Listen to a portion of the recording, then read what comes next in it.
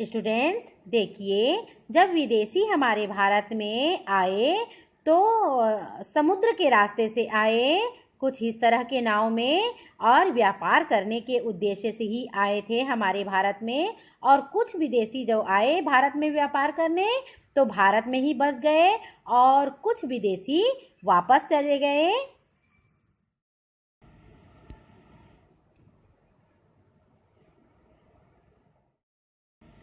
Students, Ashok के समय में अपने देश में बड़े बड़े व्यापारी हुआ करते थे।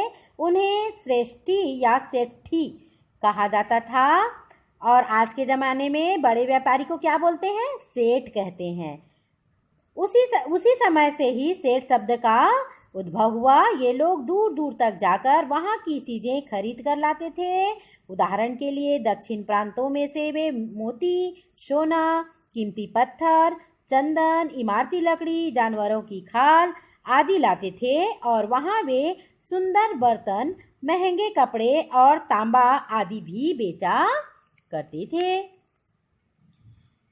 उन दिनों तो मोटर गाड़ियाँ थी नहीं, रेलगाड़ी भी नहीं थी, तो कैसे एक जगह से दूसरी जगह सामान को लाया ले जाया करते थे? बैलगाड़ी के द्वारा, घोड़े के द्वारा और ऊंट पर सामान लाद करके ले जाया करते थे। गांव एवं जंगलों से जब वे गुजरते थे तो वे दिन में चलते और रात को पड़ाव डाल करके सो जाया करते थे। इसके विपरीत रेगिस्तान को पार करते समय वे दिन में आराम करते और रात को चलते थे। क्यों दिन में आराम करते थे?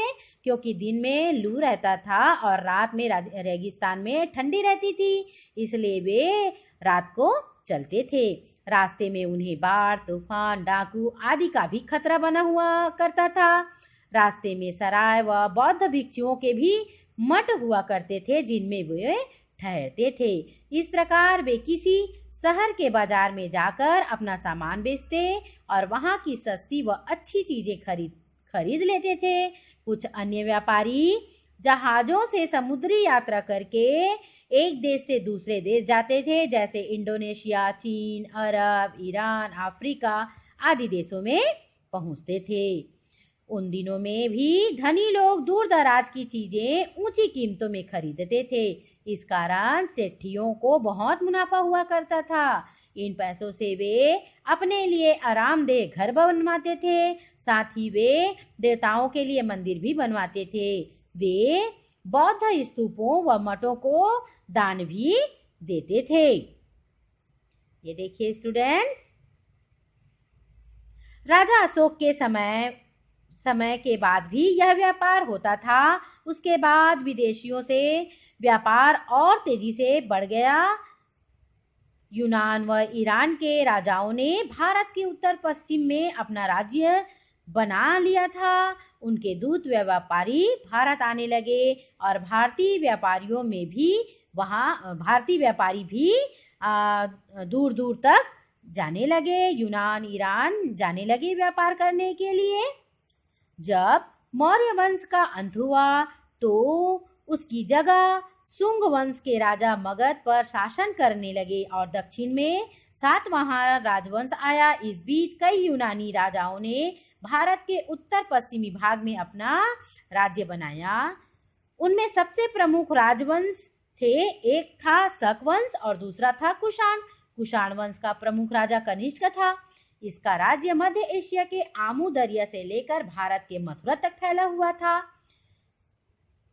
उसके बाद मध्य एशिया के सूखे इलाकों से आए कबीलों के राजाओं ने उत्तर पश्चिम में अपना राज्य बनाया।